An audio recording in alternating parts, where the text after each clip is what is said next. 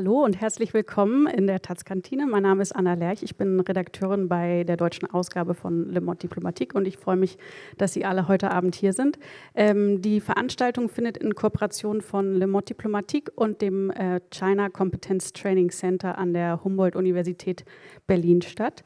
Und der Anlass für die Veranstaltung ist dieses Heft, was ich in Händen halte, das neue Editionsheft von Le Monde Diplomatique zum Thema Migration. Das können Sie heute auch hier erwerben. Der Büchertisch ist draußen vor der Tür. Und wir haben heute noch einen zweiten Büchertisch, nämlich von Encounters Bookspace. Encounters Bookspace ist ein Berliner Projekt, das zeitgenössische ostasiatische Perspektiven vermitteln möchte. Und diesen Büchertisch finden Sie auch draußen im Nebenraum. Hello and good evening. My name is Anna Lerch. I'm an editor at the German edition of Le Monde Diplomatique, and I warmly welcome you all to the Taz-Kantine tonight. Tonight's panel is held in cooperation between Le Monde Diplomatique and the China Competence Training Center at Humboldt University Berlin. And the occasion for the event is this freshly published special issue of Le Monde Diplomatique, which focuses on migration. Copies are available tonight. You find our book table just next to the bar. And luckily we have a second book table tonight, thanks to Encounters Bookspace. Encounters Bookspace is a Berlin-based project introducing contemporary East Asian perspectives. And you find this book table just next to the first book table. And now I hand over to Merle Groneweg from the China Competence Training Center, who will be moderating this event. Thank you very much and enjoy.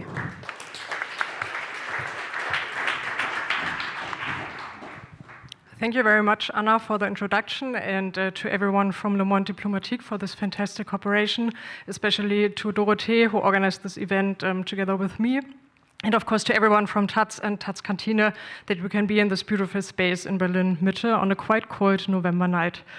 I'm very happy to be here and to have this fantastic panel with three very exciting panelists, which I will introduce in a second. Like Anna said, my name is Merle Groneweg. You can just call me Merle if you want. And I work at the China Competence Training Center, and I must say that the term China Competence, I personally am not a huge fan of. It's a term that the German government uses, but it is also a term that has allowed us to apply for funding and use the funding to do events such as this one. So I think in that sense, perhaps we can almost be a bit grateful. And we felt that it is quite timely to have an event, a panel discussion on the Chinese diaspora in Germany for many different reasons. We had the impression there are so many new initiatives developing in Berlin and in Germany more broadly, which we will talk about tonight. More and more Chinese are migrating to Germany. I tried to look up some numbers just to give an idea. According to some statistics, in 2021, about 150,000 Chinese citizens were living in Germany, a number that had just doubled within 15 years. And since then, many, many people came here for different reasons, which we will talk about today. And of course, as we know, these statistics are somewhat ambivalent. They may only take into account citizenship, but not other factors. So today we would like to talk about some of these aspects, also about the challenges of living here, perhaps also of kind of struggling, living between different places, facing institutional and everyday racism, and just trying to build a home, but also then kind of actively fighting for establishing this home and also fighting for visibility and rights. I'm very honored that I can hold this discussion with the three of you. We've had a fantastic pre-kind of discussion last week and kind of talked a bit about what we would like to discuss. And let me perhaps first introduce the panelists. We have with us Shi Ming, sitting on the right outside.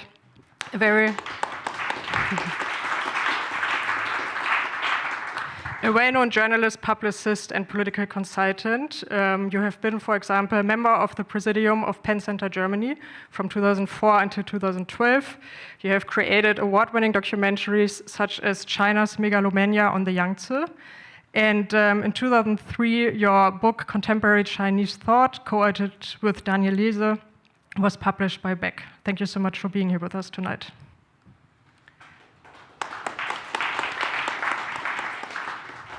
Then sitting on the right to me, we have young Xiyu, who's an active member of Liu, or 706 Berlin, an association that exists also in Beijing and in other cities, but now also in Berlin, and provides an open space for Chinese-speaking communities to connect and exchange and do lots of things that you will tell us more today.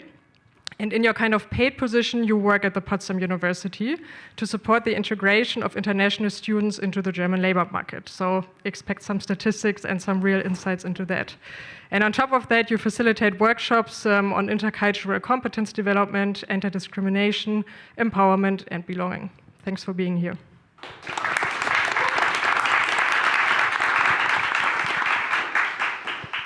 And last but not least, we have Zou Sicong, who is a Sinophone writer based in Berlin, and who has worked for more than 8 years as a journalist and editor in Hong Kong and neighboring Shenzhen. Sicong also collaborates with the foundation Blaues Haus to curate Sinophone cultural programs, and again, that is something that we will learn more about tonight, and also is currently working on a non-fiction book about his experiences in Europe, which is called The Long Chain of Homeland, a personal history of my life in Europe, and it will be published next year by Shanghai Century Publishing. And an excerpt of that, actually, you can find in this fabulous edition that Anna just mentioned. It was also translated into German. Thank you for being here.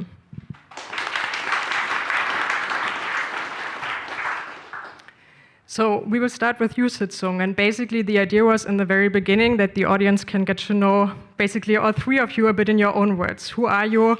Why are you here? Why are you today on this panel? But perhaps also, why are you in Berlin at this moment? Okay, thank you, Mela. Thank you for having me here. First, I want to say it's really rare for me to wear this suit for a whole year. So I really value this opportunity to deliver some messages from me. Actually, coming to Germany is my second migration, I would say.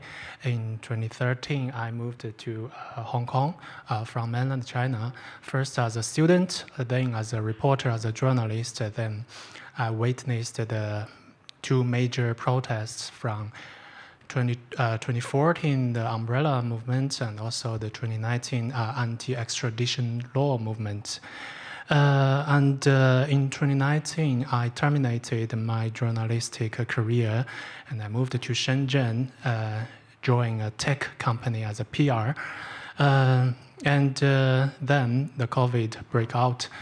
And the COVID, I think it was a turning point that forced me to rethink about my life. During those times, I was thinking about Europe. Why I was thinking about Europe is when I was in Hong Kong as an editor and a writer, I was in charge of a long pursuit of feature called What is China? When I was in charge of that, I was seeking the answer what China is and the internal relations in China, and also how the neighboring countries see China. But when I looked at Europe, I found like the Tony Judd's post-war really enlightened me. The core Europe, the EU Europe, the non-EU Europe, how the EU even been possible. I was so wondering about this.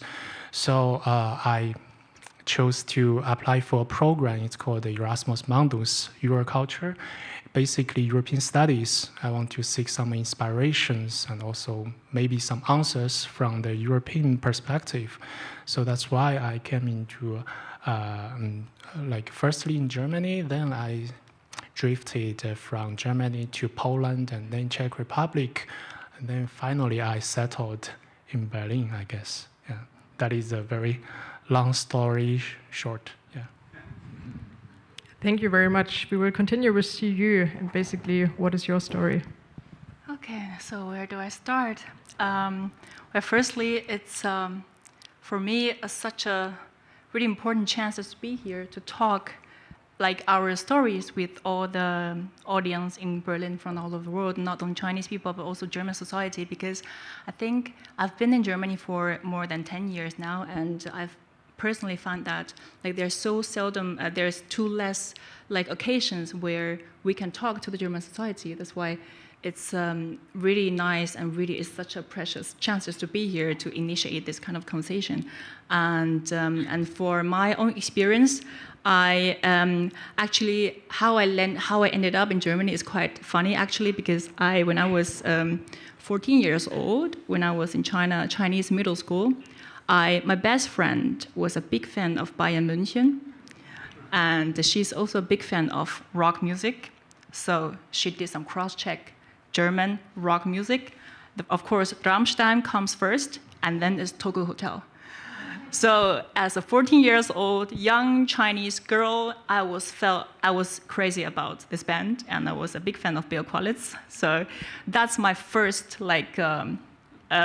encounterment with Germany. And after 2 years, I had the chance to go to abroad, for a 1 year of school exchange, through the program called AFS. And since I wasn't a fan of Tokyo Hotel anymore after 2 years, but this kind of experience, memorizing all the German texts without learning any German, just opened the door for me, for discover a little bit more about this country, about this language. So I chose Germany, and I had a host family in Berlin, and I had a second host family in Munich, and this is where I started.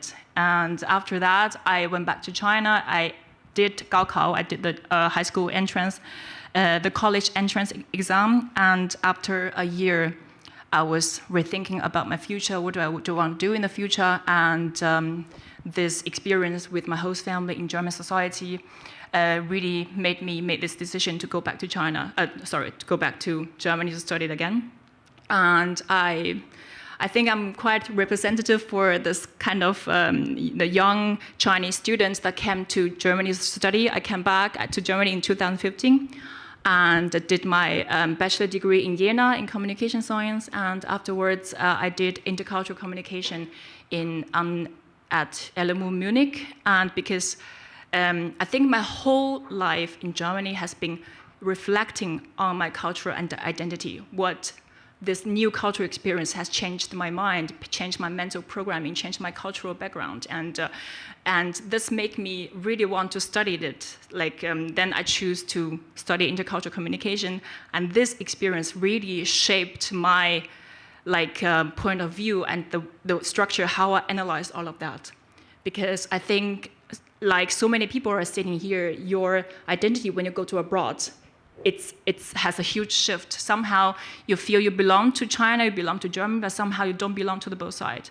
And I think there are so many people are struggling with this problem. And then I met, in Berlin, I met Qilin Liu, I met 706, this association, and I met so many people who had the similar struggle like me, and we were building a small community together. And this is why I also choose to stay in Berlin. I said, now I've been living in Berlin for 3 years now, and I think now the association, the 706, it becomes the main reason why I feel so belonging in Berlin and not in other city in Berlin, in Germany, or on the other corner of the world. Yes, I think that's it for me.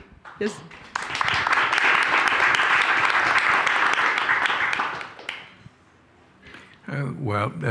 I think I'm on an old piece of Chinese living in Germany.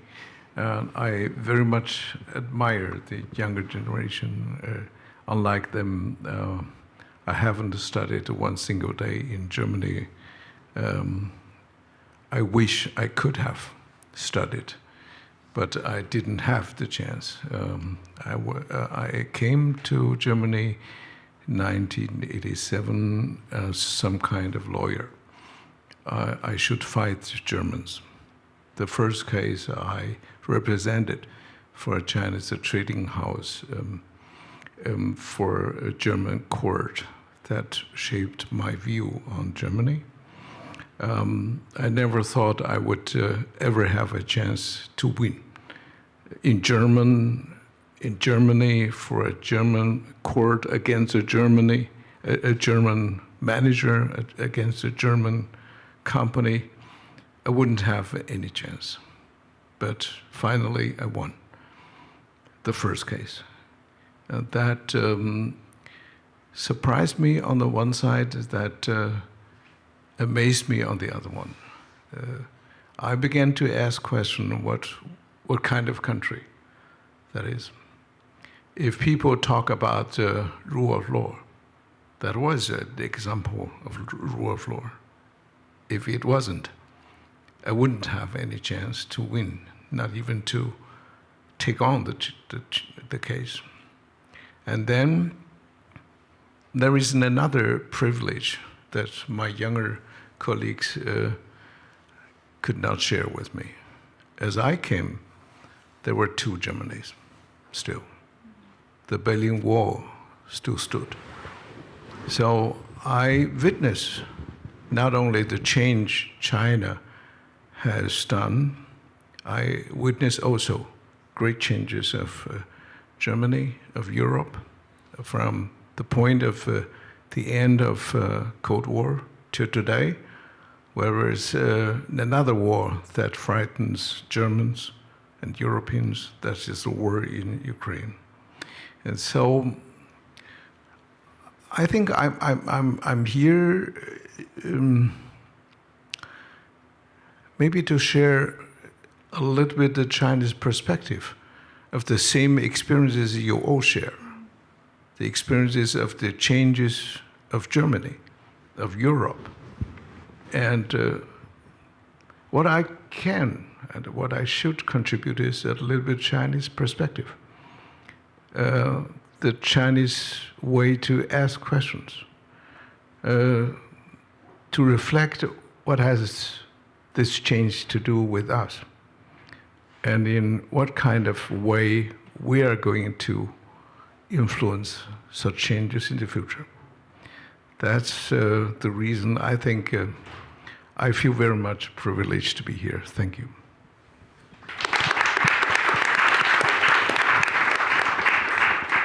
Thank you for your introduction to all three of you. So, Shi Ming, I know from our pre-conversation basically that we had that before we will go on with a kind of Chinese perspective on Germany, you also developed your own conceptualization, one might say, of the Chinese diaspora in Germany or how you perceive it. So I would like to give you the chance to share that with the panel and also with the audience. Thank you very much for this question. I was asked several years ago by a German institution.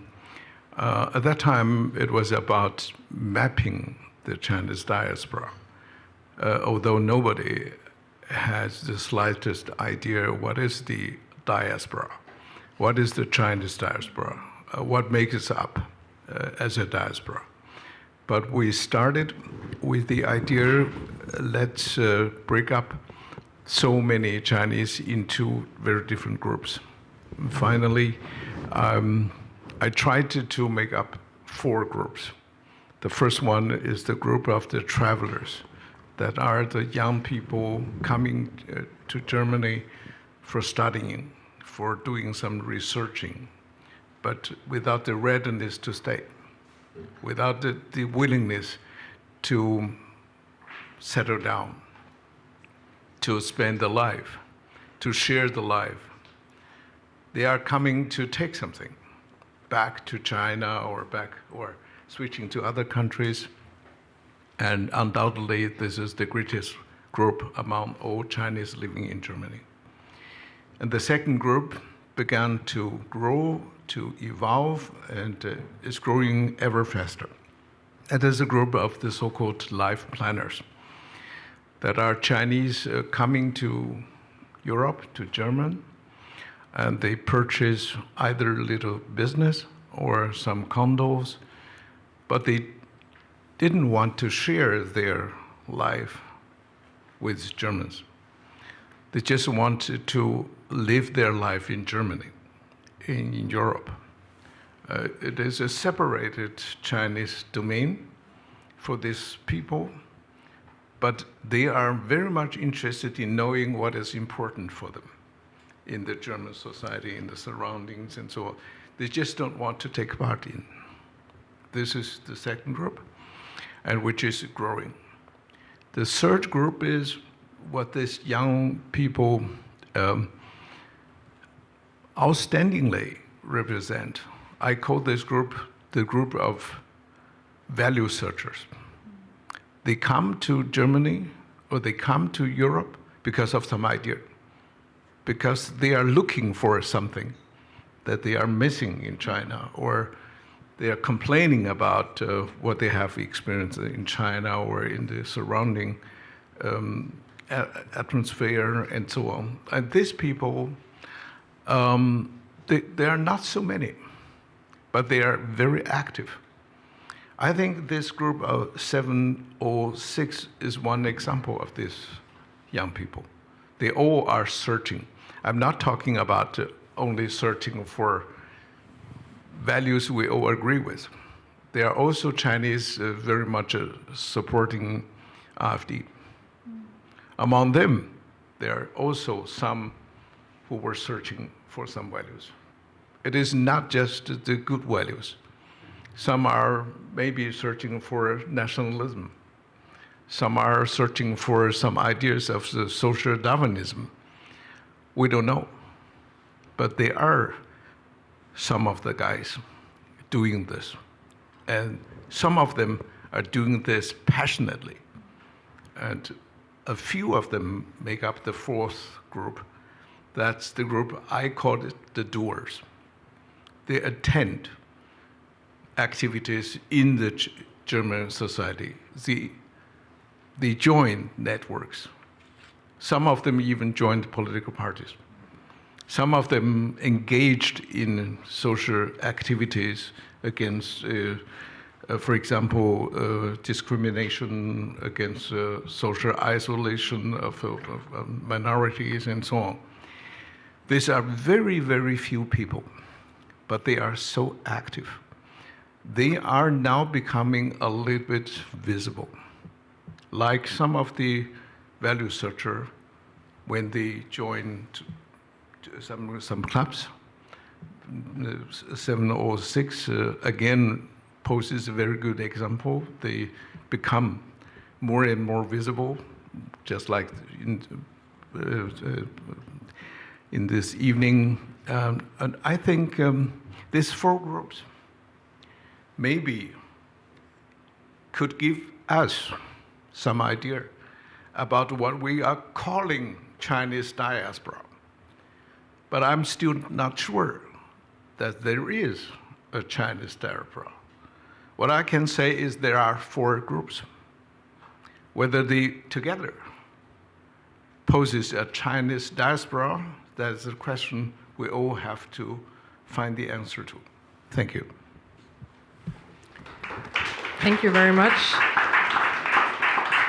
Xiyu, so you've kind of just been classified as a value searcher.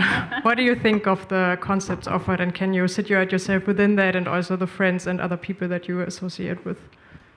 Yes. First of all, it's really empowering to hear you talking about this as like putting up this concept of value searcher. I think that's fit quite well into the key concept of 706 of 706, because I think it is the value, it is the, like exactly you said, the things we were missing in China made us so special. I can tell a little story of mine while being a student in Germany and sitting in a seminar. I was quite shocked when a German student threw a really, for me, back then, a dumb question to the professor. And the professor was answering that question like everything is normal. And I was sitting there and thinking, how dumb can you be asking that question? He just explained it. And also, I was shocked by how German students, when they were sitting in a classroom, how they can engage a really a low hierarchy and discussion, and also this kind of discussion with the professor and to each other, because this is something we never learned, that I never learned when I was sitting in Chinese school. And this kind of critical thinking, this kind of reflection, and this kind of, we were talking without to be right or wrong, to see the ambiguity, to see everything is not black and white, and there is room for discussion, and there's what makes human brain alive and active. And this is thing I never learned, for example, when I was growing up. And I think that's the like for me, it's my value that I found in 706, because like every event we organize, actually people are asking us why we were able to organize so many events, because basically we were like organizing events, I don't know, more than 50 events per year, and it's been 3-4 years already. And the thing is, actually, we are not put in effort to like pull such a big thing like today, but actually we were just simply creating a space so that people can come to us and be together to talk about things we want to talk about. And this kind of civil discussion about values, about equality, about like immigration experiences, about being racially like discriminated, about gender equality, about LGBTQ group, and all of that. And it's something that we never taught in school, and we never get a chance to enjoy in China, because of course the unspoken, I think I don't have to say many things about all the censorship or whatever the public, like restricted public the discourse in China. And and this is this value of this kind of like discussion and all these reflections and this talking to people without, like I mentioned before, without knowing right or wrong. I think this is the most important things that makes Qilin so special. Yes. Thank you very much, Sicong. Would you like to react to that? Yes, maybe a little bit. So I guess Shi Ming's frameworks helps us to understand a bit more about the different categories of different Chinese migrants. But I also want to indicate that frameworks or categorization or classification sometimes can be risky, because it is a process of labeling. So when you label somebody as a right wing or left wing or value searcher or etc., people can, people can change, right? And sometimes people can simultaneously a value searcher and also maybe entrepreneur-driven searcher, some like this. And myself, I'm also criticizing myself because I also did my frameworks or classifications when I was doing my thesis, because I'm the newest comer among the three. When I was doing my thesis, my topic was the new generation of Chinese migration's civic participation in the post-COVID Germany, and my framework was more or less like they are driven by the increasing authoritarianism by their homeland, as well as by the systematic racism or anything like the Asian hate during the COVID. So they are driven by two factors. But that convinced me during 2023, but at the point of 2025, I think I'm not that convinced by my conclusion. So I think my conclusion is also, shifting. Yeah, that is. But anyway, I think the frameworks help us to understand a status of some conditions, and with more and more frameworks, maybe it will help to enrich the literature of Chinese immigrant studies in a way. And the other thing is, beyond the frameworks, I tend to look at the stories that Shi Ming raised out. Like behind the label of value searchers, Shi Ming also shared a lot of stories back it, and also she also mentioned a lot of stories and spaces they created in 706. I think that is very valuable to see the diversities behind it. That's my take. Yeah. I think just one. I really enjoy your point. It's really important to mention this categories are, of course, important to understand, but like somehow in the category Shi Ming you just mentioned, actually somehow we all have a little bit part of us or belongs to this category, and we're actually changing. It's like fluent, actually. And also, I forgot my second point, so you can go on. Yes.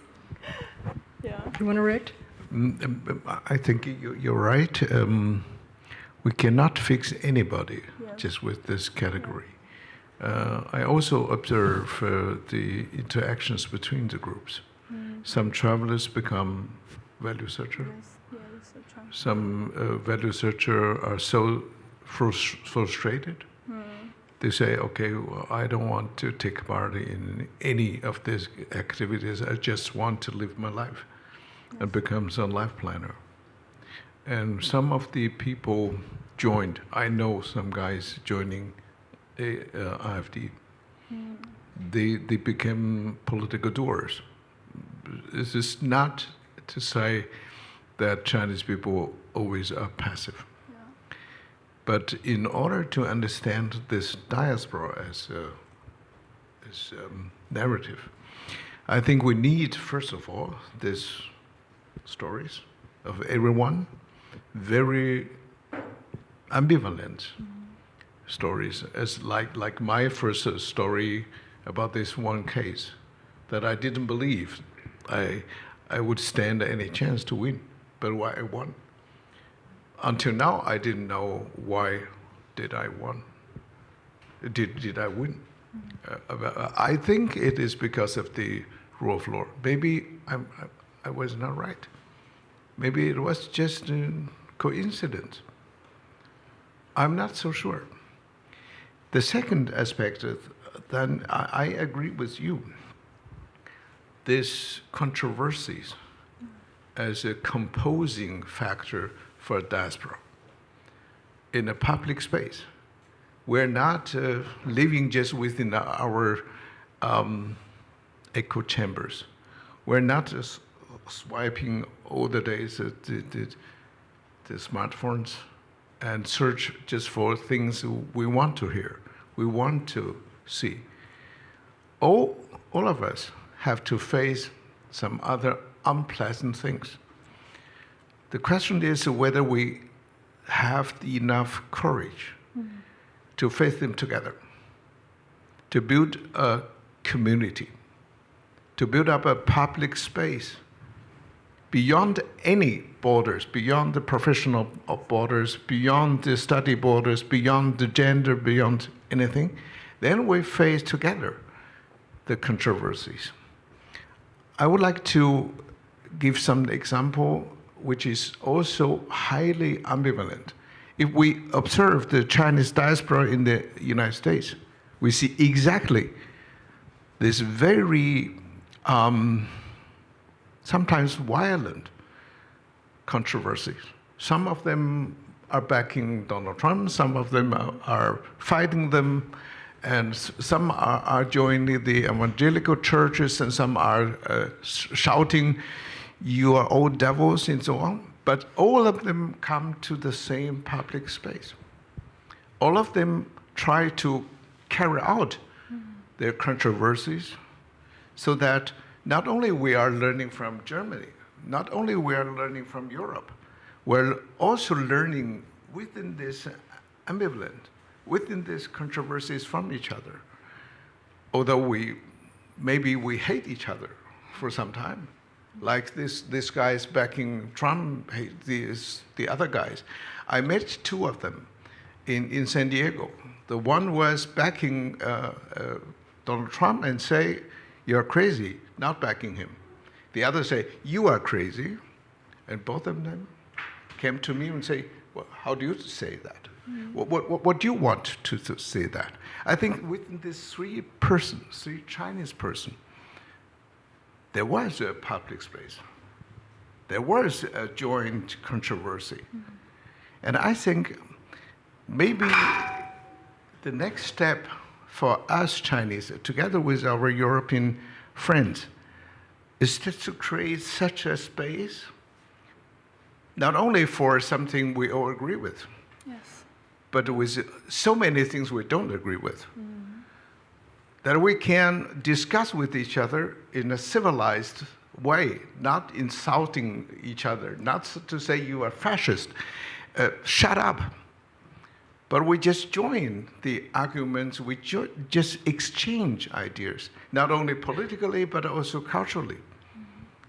How to deal with German discriminating encounters, for example, or how to value German discussions about the rearmament. There is a very heavy discussion within China. And I'm sure that also Chinese living in Germany are a part of this discussion. But this part of the Chinese living in Germany is not visible. We don't know where they are. Why don't they come up to discuss with Germans and say, how can you come to the idea to rearm your country so heavily? Is this just because of the war in Ukraine? Or do you have some other ideas? We read in the Minzhibao, we read in some kind of resources. What would you say to that?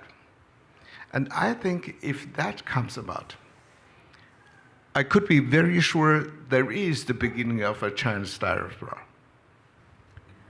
I would actually like to continue with that thought because you invoked kind of a we, and you said, we as Chinese, and then you spoke about spaces that are needed perhaps, and also to ask perhaps the other two.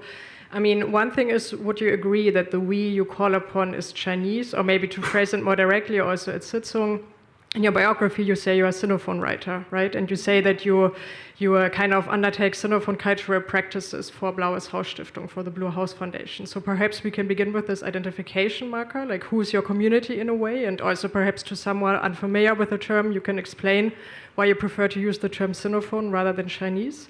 And then secondly, from all of you, I would like to know, what are the spaces at the moment that you seek, that you go to, that you have these reflections? I mean, Shi Ming, you came up a few times now, perhaps especially you can talk a bit more. What is it, who founded it, what is it that you do? And what are the spaces that you feel Berlin or Germany needs to, that you personally also needs to have these kind of conversations? Okay, thank you for the question. Speaking of the term Sinophone rather than Chinese, for me, myself personally, I don't care like a Chinese writer or Chinese cultural practitioner or Sinophone writer, but I think it is all based on my former experiences, life and work experiences in Hong Kong. And in that media, I had my cooperations with a lot of Hong Kong colleagues and also Taiwanese colleagues. And the Chineseness is always a contested term for them, not for me. So trying to make it more inclusive, I think to use a term like Sinophone, which is very academic, not so so well known by the public. I think that is more, for me, more inclusive and easier. Yeah, that is a very simple, practical reason. Yeah. And also the Chinese translation of Sinophone, I guess it is Huayu.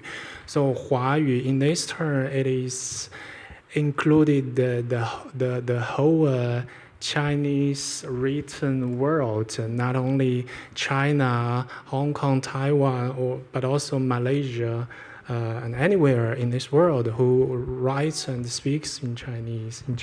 Yeah. So Sinophone, I think it is a proper word, but some of my colleagues or friends, they constantly contested that I, who comes from China, use this word, but I don't really care that much. Yeah. It is a very practical approach. Yeah. Well, as for me, I had a little bit complicated history on who do I call myself, and still I actually changing process. since I was born and raised in China and spent my first 20 years in China, I had no problem, like, say I'm Chinese. Every time, you know, somebody, like, for example, migration second generation might get quite offended, and there's also microaggression when people are asking where you're from. Like, but for me, like, I never get really irritated by the question, because I know that my cultural root is there. But when I was studying during my study here, I had encounters with my fellow students that made me question my identity, because I was quite introverted and as a person, as a human being, and I was like, when I was studying, I was hang out a lot with people from another country. And once I remember that it was in 2015, that was after my language school, German language school. We were playing on the park, and we were hanging out, and she told me, "Xiyu, you are not Chinese for me." And she meant it as a compliment. And I think for a time being, I was really questioning myself, okay, is being Chinese for me a negative thing? Or should I be proud of not being Chinese? All my families, my friends are in China, they're nice people. And how is not being Chinese not a nice thing in Germany? I was questioning myself so many times when, like, this sentence does a lot to me, you know. And also, when I was like I studied also communication science, and of course, like I was not politically interested in China at all. And then I was kind of forced to deal with all these political topics about the media. And I was having this discussion with my friends, and they are talking about like political views they had on China, and I find it really difficult to have a statement, because I know too little about China, and they know everything about what Germany are saying about China, but I didn't know what China are saying about China. So I was quite like vulnerable back then. I was like, I'm not equipped at all to engage this conversation. So being Chinese, it's kind of vulnerable for me, because like I am China, but I don't know much. I didn't know much about China. And of course this, and then I started to know China from the other perspective during my time in Germany. And then, of course, a new identity formed, and it's totally different. It's not totally different, but it's part of them is different from how I feel Chinese when I was in China. So it's actually quite difficult. It's such a emotional, up and down, dealing with this identity of being Chinese. And also, like now, within Qilin it becomes different again, because during our 4th year of anniversary of our association, we collected many thoughts and wishes to our association to Qilin. And one sentence hit me the most.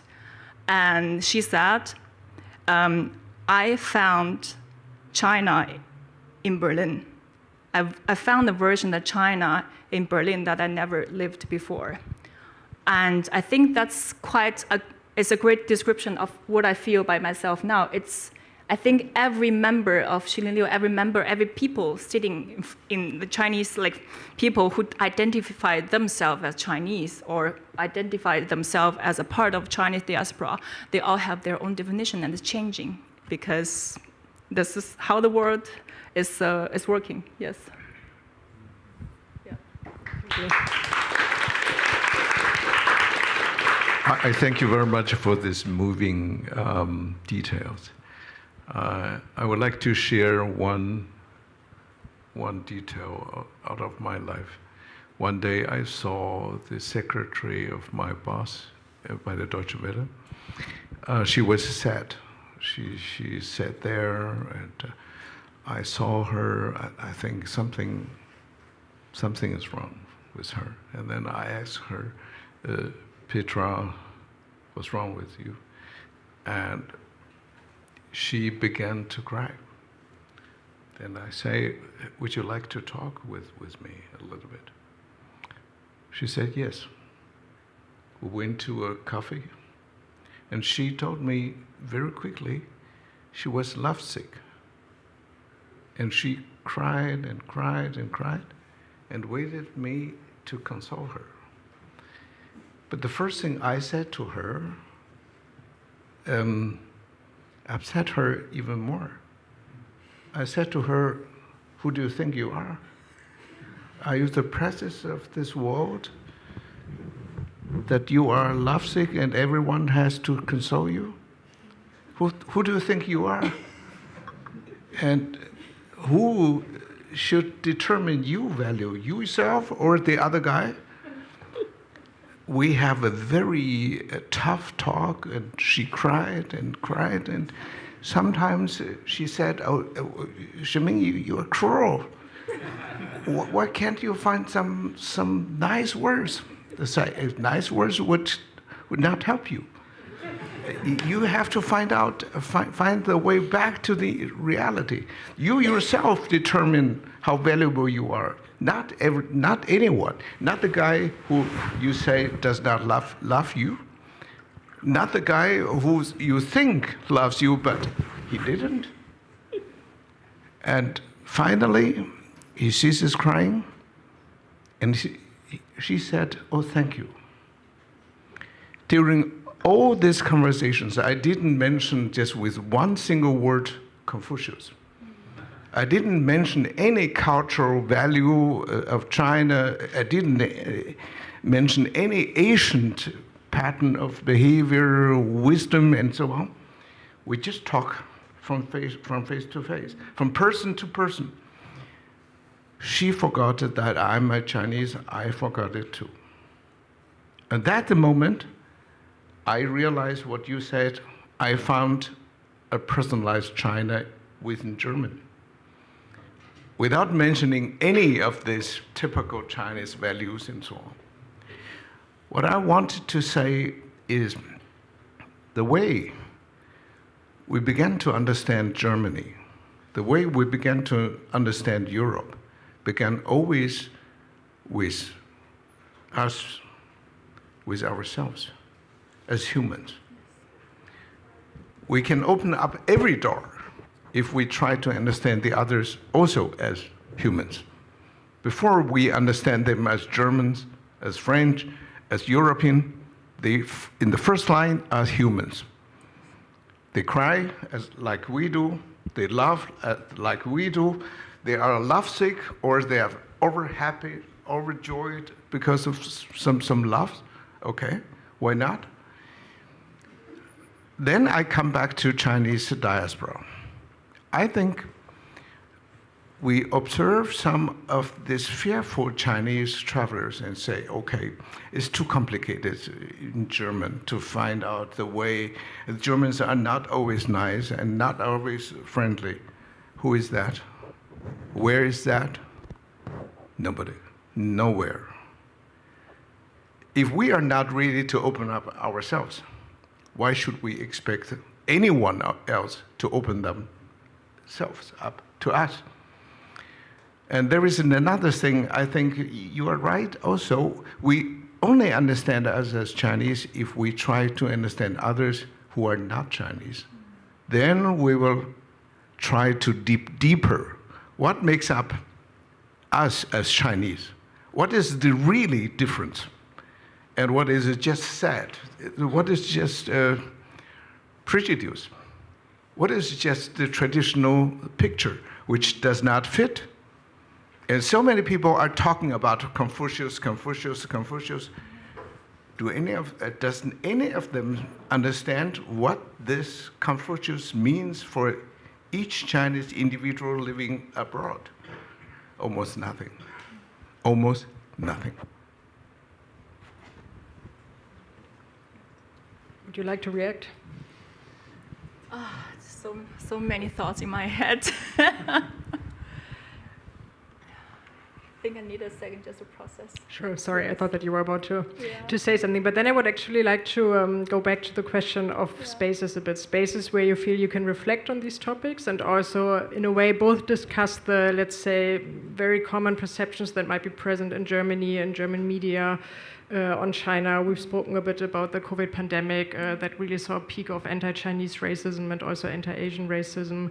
The kind of representations when it comes to coming from an authoritarian country and so forth. So what are the main challenges that you perceive in that regard, and what are responses that you may formulate? And again, to bring it back to the question of spaces and organizing that you feel are relevant in this context here.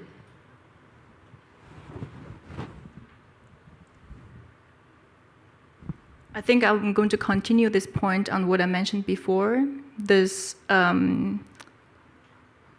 like you mentioned, all like general voice on German media on China is like relatively negative, and this this had a during my study I really lived this. Like I said before, I studied communication science, and this kind of I was learning how to do political debating, how to do discussion when I was in German academic system, and I found one of my biggest struggle is to deal with my own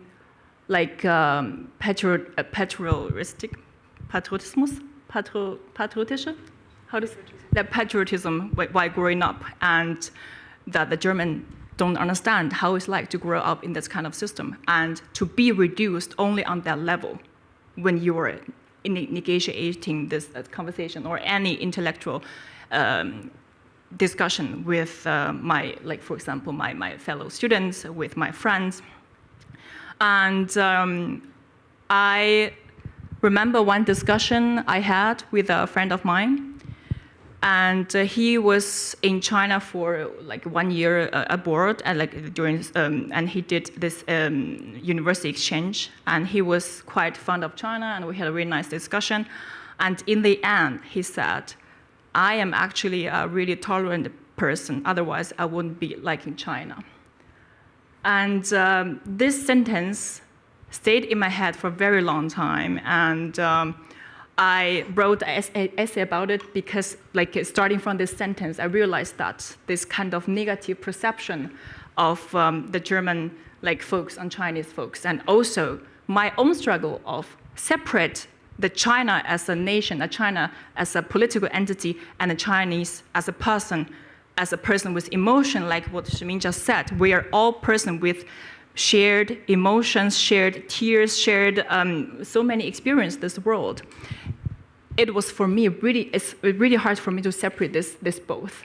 And I think also in many occasions, it doesn't matter if it's a political discussion or social encounters or in the office or in whatever, in professional settings, it is really hard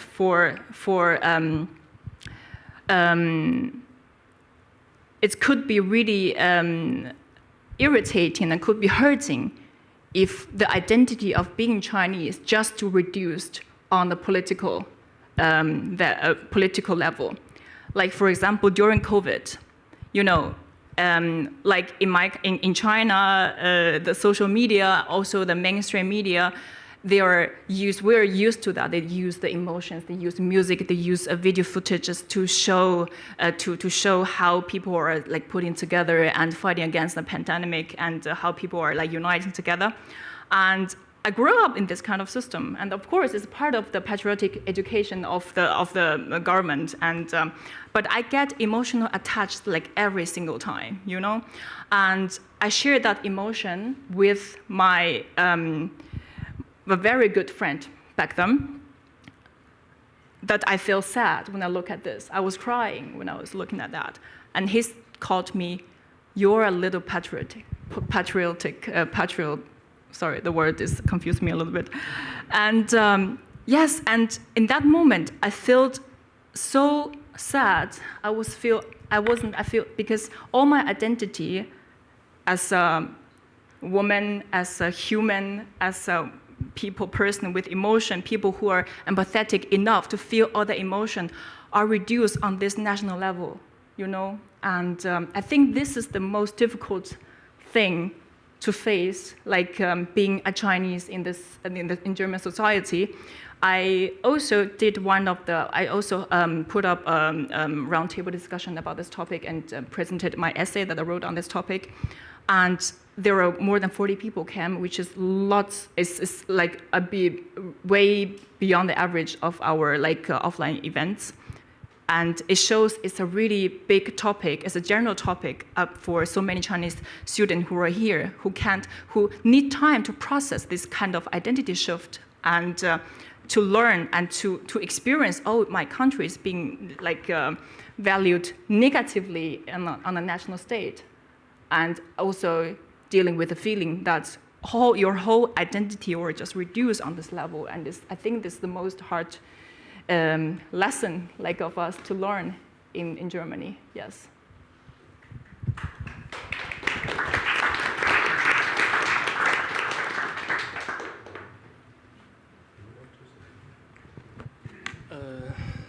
So I would like to echo some part of what you said and what you experienced. I think in 2023, I have really interviewed a lot of foreign Chinese, foreign students in Germany.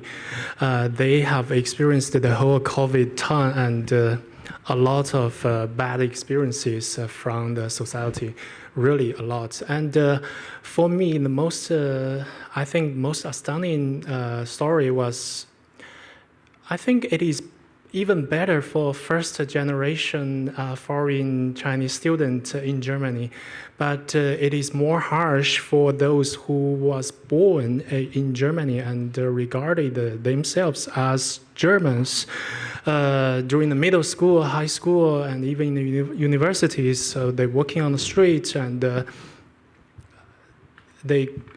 someone shouted at them, "Go back to China," and there was no flight during those times, and they were even broken. But for me personally, to be honest, because I came into Germany in Europe in 2021, the most fierce moment has passed. So I don't really encounter that kind of scenario.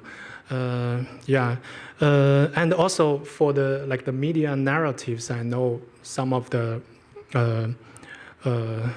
mainstream narratives on to label COVID on China, on Chinese. Maybe there is a logic chain, maybe too long to be true, but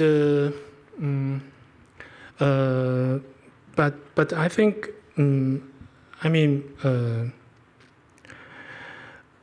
There is always a dichotomy between the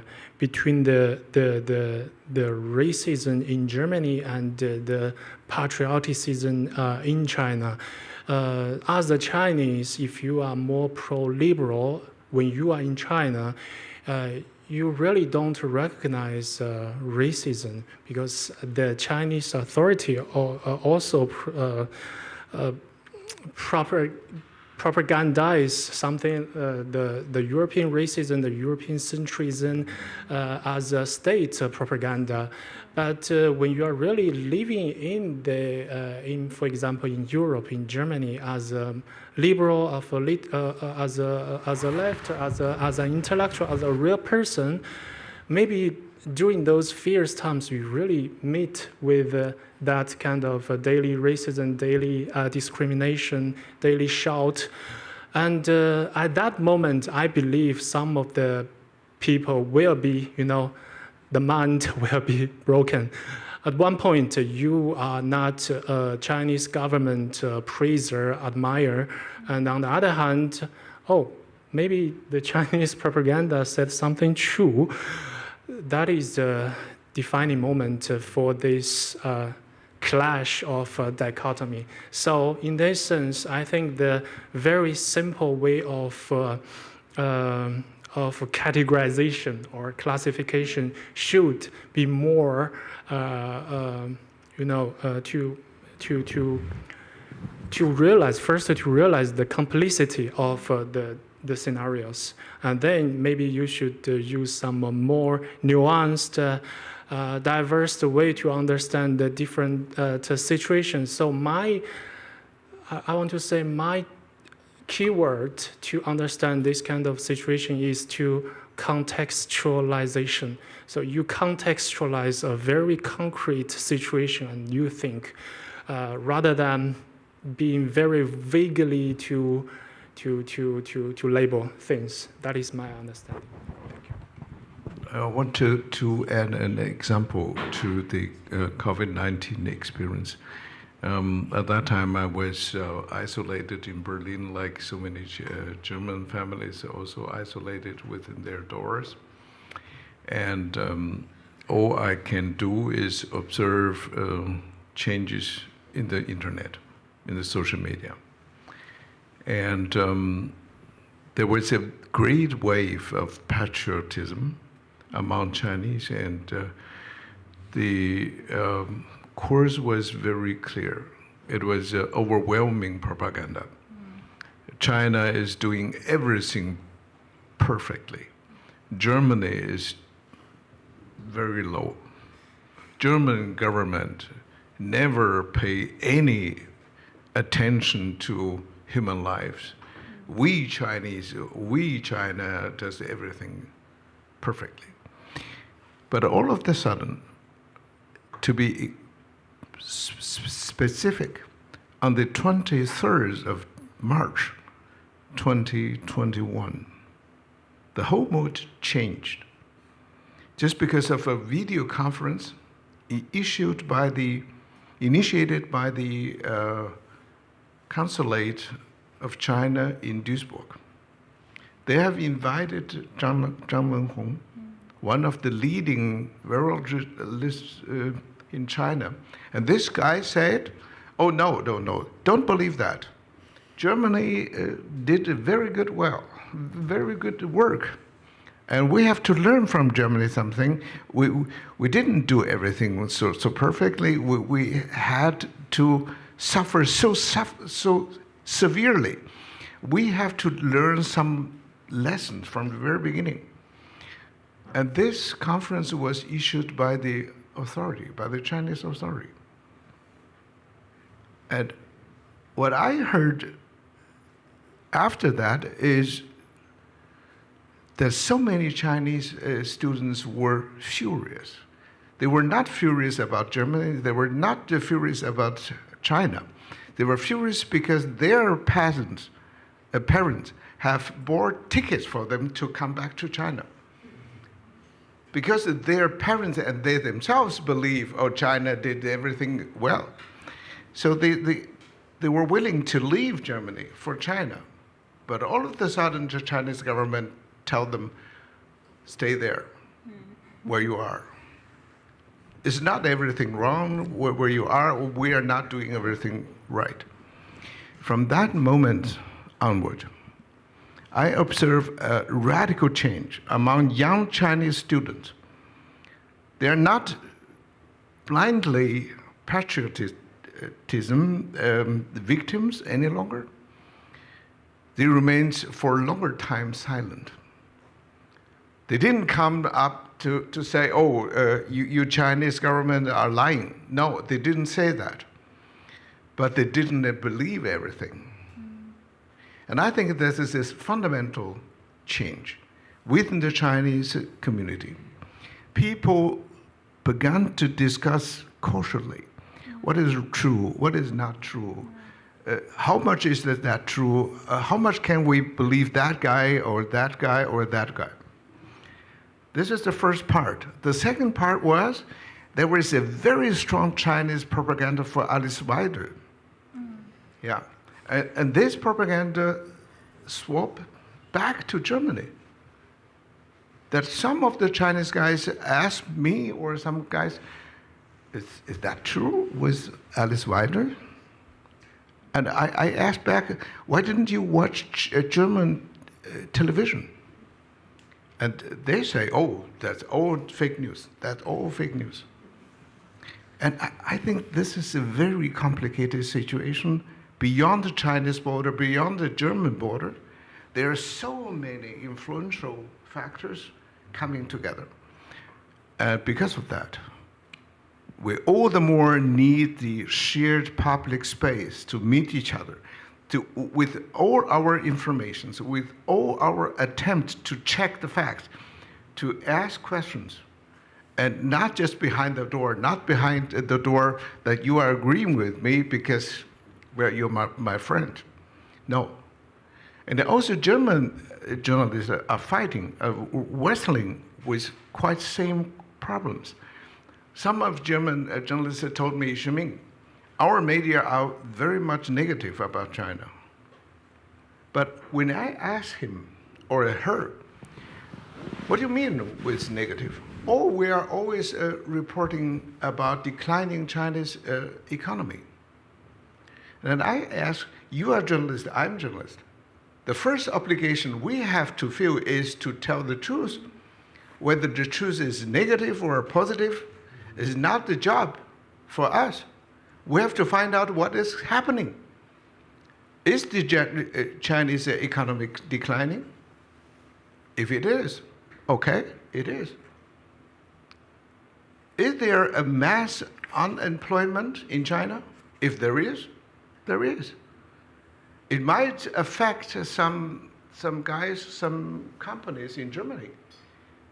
It might be the negative for them, but it is negative for every one of us. And you see, even the German colleagues are wrestling with the same problems together with us. It is not another problem. It is not a Chinese problem or a German one. It is a human one. And I think that poses the best ground for building up this public space. Let's build up this public space together, because we share together the same problems. We share together some perspectives. We need each other.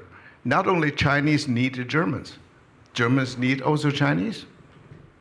And if you are talking about China competence, I'm sure we need Europe competence. We don't understand much about Europe, like you say. We don't understand so much about Poland. We don't understand a little bit about Balkan. We don't understand French. We don't understand this or that. And if we are accusing Germans, you are not understanding us properly. Do we the same in front of Europe? No, we don't. That is another reason to join our efforts together.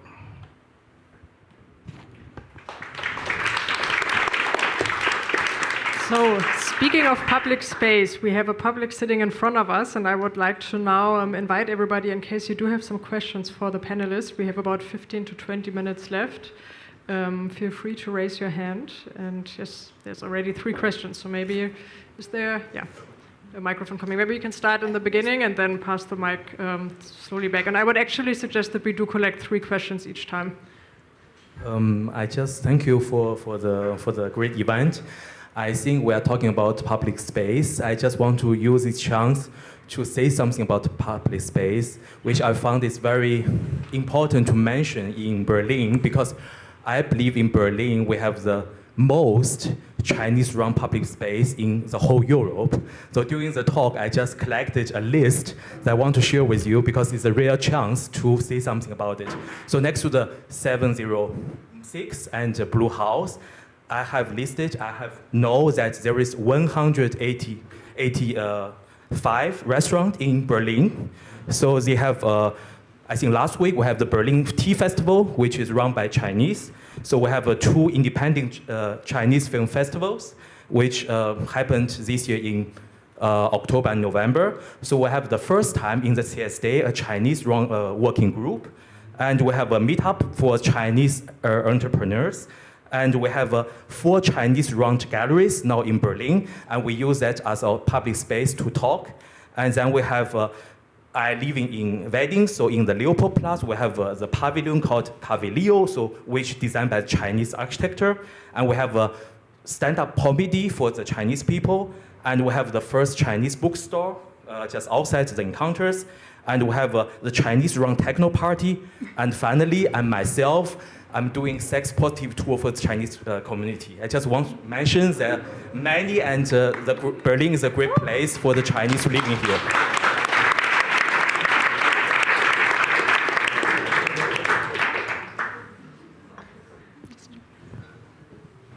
Thanks for all of the participants and then also the very passionate audience. It sounds very exciting. I am unfortunately going to drag it into more of tedious questions about the word choice, because I can see that in this presentation we're calling ourselves, and also in the discussion, Chinese diaspora. My question is, why are we not choosing the word migrant, but going for diaspora instead? I know there's academic difference, but what do the people on the stage think about it? What does the organization think about it? Is there any meaning behind the word choice? Thank you. Let's connect 2 more questions. I think there was one next to it.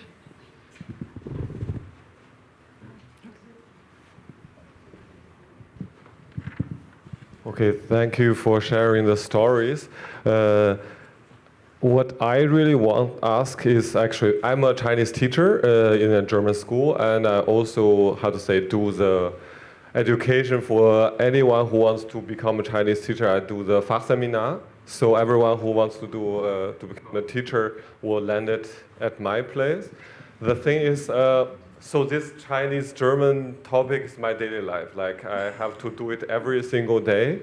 My question is, how could we bring the German and Chinese together, just like what Shi Ming has said, to show them that they are also just people who laugh and who fart, who will also have their relationships, comas, without to talk about politics. So for me, it's always like, if you are born Chinese, every time, like, all the topics always about politics. That the thing is, that destroys a little bit the human part. Like, what we do is we take the German students, go to China, they stay in the Chinese family, and we bring Chinese students here and they say the German families. They need to know that they are also people. They laugh and they eat, and they have also their moments of humor. Like, how could we do that? I think all here discuss based off that, because you would only talk to someone if you think he thinks like me. If you just assume, because like a really good friend of mine has been, 15 years here, like, he has given up. Why? Because he told me once, he was like a very tough guy. He was crying one time, and he said, all these years he has come to the conclusion Germans are just another people. And he just cannot understand, he cannot speak, he can never express himself in German as he could do in Chinese. I could also not do that. But the thing is, I don't know what he has experienced, but he just come to the conclusion Germans are just different people. I think how to avoid that, like how maybe we could do things in 706 or the 706 or any other situation, or as an altar, just to bring the people together without to talk about politics as a first place, maybe after that. Can I connect a question to this topic? I think it's a very interesting question. Thank you, and thank you also for your panel today. I was wondering if we could connect one of the first categories that we spoke about at the beginning.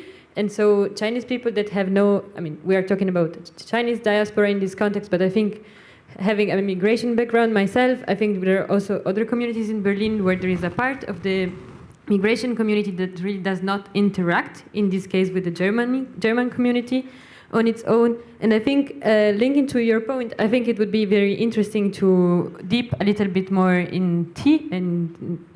deep into this difference between living in a society where in some parts, especially on the economic part of it, you're a very big and important part of it, but on the other side you're kind of ausgegrenzt, separate, and it's a completely different level of it. If we could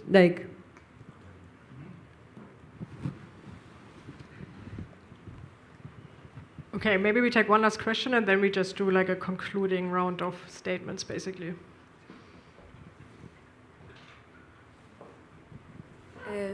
May I ask in German? My English is nicht so good. Es gibt, warum finden angeblich so wenig Kontakte zwischen Deutschen und Chinesen statt? Für mich, es gibt genug Begegnungsorte, man kennt sich aus dem Büro oder geht zusammen in einem Verein oder die Kinder gehen zusammen zur Schule. Ich bin selbst hier eingewandert und habe viele Kontakte zu Deutschen.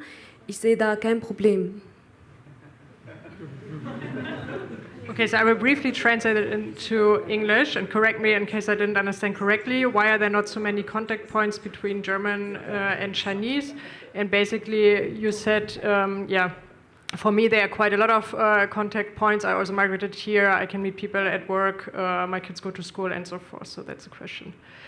So we have collected 4 questions and yeah, basically pick whatever you would like to respond to. I mean, try as much as you can and also feel free to add anything else that you feel you haven't said today and you would really like to let everybody know. Maybe I could answer the term choice question. Why diaspora? Actually, I think why diaspora, not migrants? I think firstly, Chinese diaspora as a term is a media phenomenon for me because after 2021, I think it was almost in 2022, there was a movement run with the running away from China movement. During that point of time, I guess there was a term in Chinese, Li San, emerged out in the Chinese internet because there were a lot of people saying, okay, there is no changing anymore. The zero COVID policy will last forever, and the only way for a lot of Chinese who wouldn't be obedient to the zero COVID policy has to run away. And Li San has become a popular term on Chinese, like the mainland Chinese internet.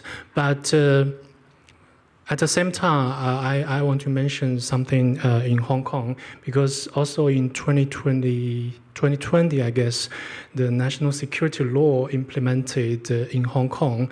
And during those days, I think there are maybe 300,000 population of Hong Kongese. They went away from Hong Kong. So imagine a city with 7 million population, and there were 300,000 people moved away. So during those days, the Hong Kong cultural magazines, cultural influencers or intellectuals, they are saying this word, Li San, Li San. Or in Hong Kong, I think they more prone to say Liu San, fluidly to diaspora. It's not Li San.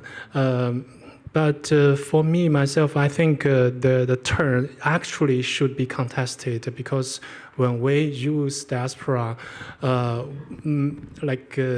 classically, if we use this term, it may refer to the ancient Armenians or the Jews or Poles during the 19th or 20th century, or the current days, maybe Syrians or the other North African refugees, because there it is first of all a matter of number, population.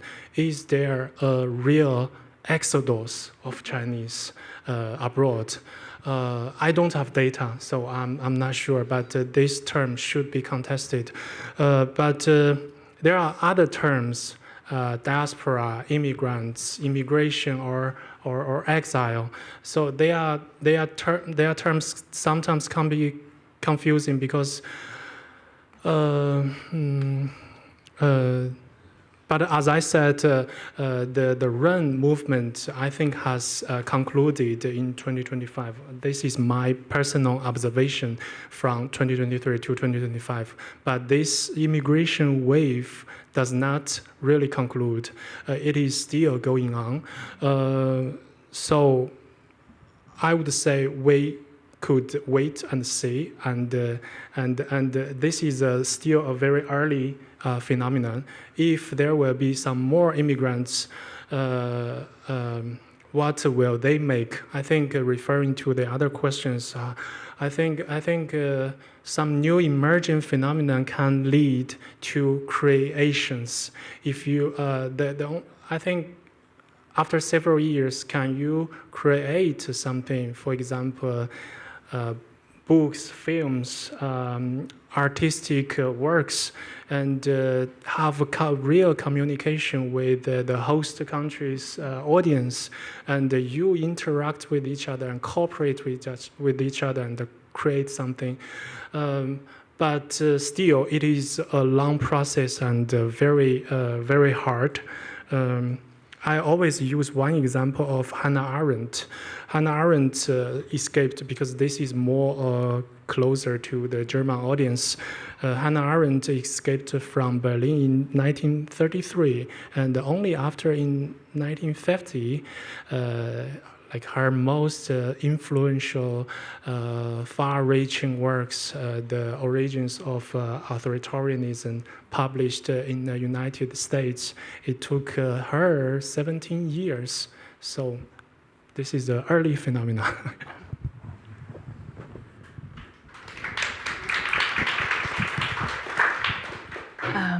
I might give a personal insight of mine of the question how to bring Germans and Chinese together. I think it's a question that so many people are sitting here being asking themselves for the whole time, because there are many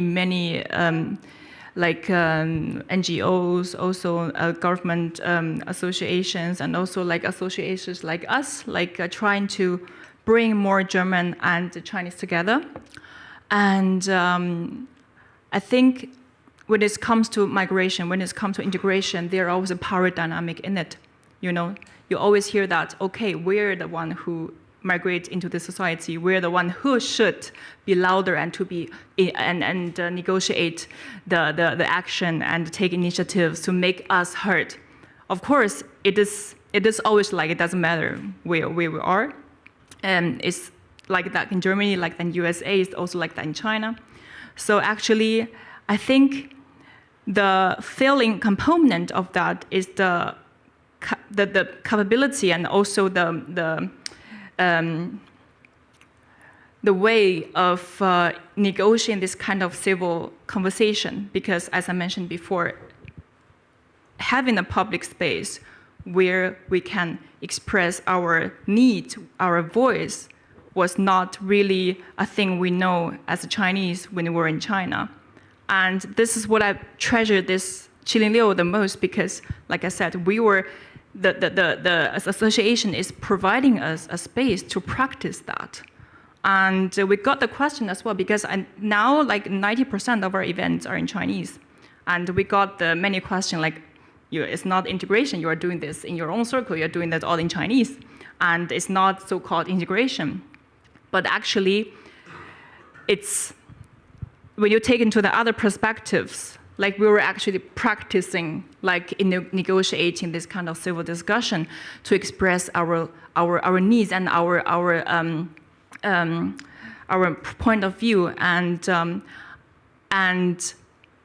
we are already stepping forward. Like today, this event, we're stepping forward out of our event, and we're also collaborating with many different associations in Berlin. For example, Gibi is also one association for East Asian immigrants, and also Bildungsnetzwerk China, who's also, we have beloved colleagues here, and we are trying to co-create this space like for us, and it all needs, and also you mentioned this audience, Ray also mentioned so many different kind of associations and forming, like lively forming in Berlin, and I think we're on the way to form this kind of public space, and it takes time, it takes effort, and it takes money as well, and that brings to the other aspect of this problem of the power dynamic, because depends on the political shift political situation, how German government sees China,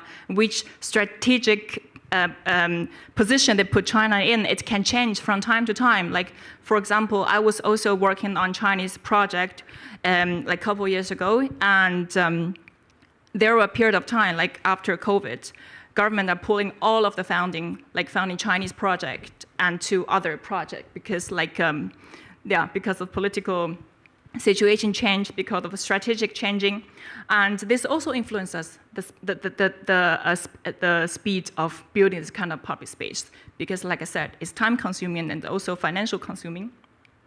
And but I think having all these people sitting here and having this discussion gives me hope, and I think we're on the way. And I'll just stay positive on this one. Yes. Yeah. I would come back to your question. How do we manage not first talking about politics, but about human needs? It was just an episode. I, from my person, experienced sometime 3 years ago, or the city government of Berlin asked me and say, oh, we have a city partnership with Beijing. And this city partnership is going to celebrate 25th anniversary. And could you write something that is essential enough, but beyond the material dimension, that we don't exchange industrial experience, we don't exchange so much high tech and so on. Can you write something about spiritual exchange? And I say, what do you mean with spiritual exchange? And the lady answered, I don't know exactly, maybe you have some idea. Then I say, how about this idea? In German, we know a very bad word about Berliner. The Berliner call it a Berliner Schnauzer. The Berliner, if they talk, they sound very unfriendly and they counter back everyone. And we in Beijing, we know that Beijing's mouth is not very friendly either. So just compare with the both together. She said, could you give me an example? And I say, yes. As I was the first time in Berlin, I came to the bus station Ruhleben. I didn't know the way, how to go further and so on. And there is a bus driver who sat there. And I went to him and say, sir, maybe you can help me. I want to go from this place to that place. Could you tell me how to go? He looked at me and say, do I look like a city map? So that was his Berliner Schnauzer. My answer came from my Beijing tongue. I said, oh no, sir, you are much more beautiful. He laughed so loudly, we both laughed. And as I say, you laugh too? And I think the humor, the human humor, is a very good component for human encounter. We can share love. We can also share irony. He was so ironic. I was so ironic. That is just a very simple example, but I think there is some core of truth. Humans encounter each other not just because of the function. You are engineer, I'm engineer, you are teacher, I'm teacher. Humans encounter each other because of being humans. They all share the same need to love, to laugh, to cry, to be sad. to be everyone or to be nobody. And I think this is the basic. I very much advocate for building up this public space. We build up this public space not for specific functioning. We build up this public space for human beings, for being humans together, despite all of the differences which are existing. We should not ignore that we are Chinese, we are not the same like Germans. I asked my German wife, and she could not give me an answer. I asked her, why do you say every time thank you?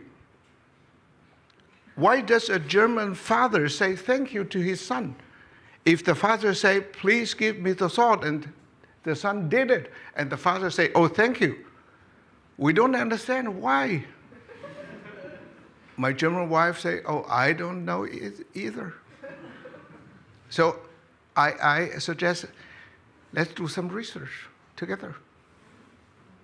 Let me understand you as German. Why do you say so much thank you? Why do you think it is not polite not saying thank you every time? We Chinese, we say, if we are really friends, we say never thank you. And I think this is a little bit sharing human beings, human habits, human rituals, human traditions. And if we start with that, we're much closer to each other.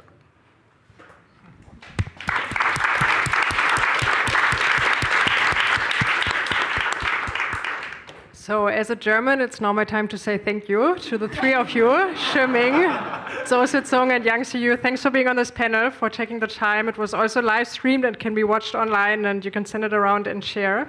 Thanks to all of you for coming here and for being such a fabulous audience. If you want to stick around, there's red wine and alcohol-free drinks at the bar. There's the Le Monde diplomatique still to buy, and books from Mary Lee from Encounters Book Space. And yeah, have a good evening. Thanks so much.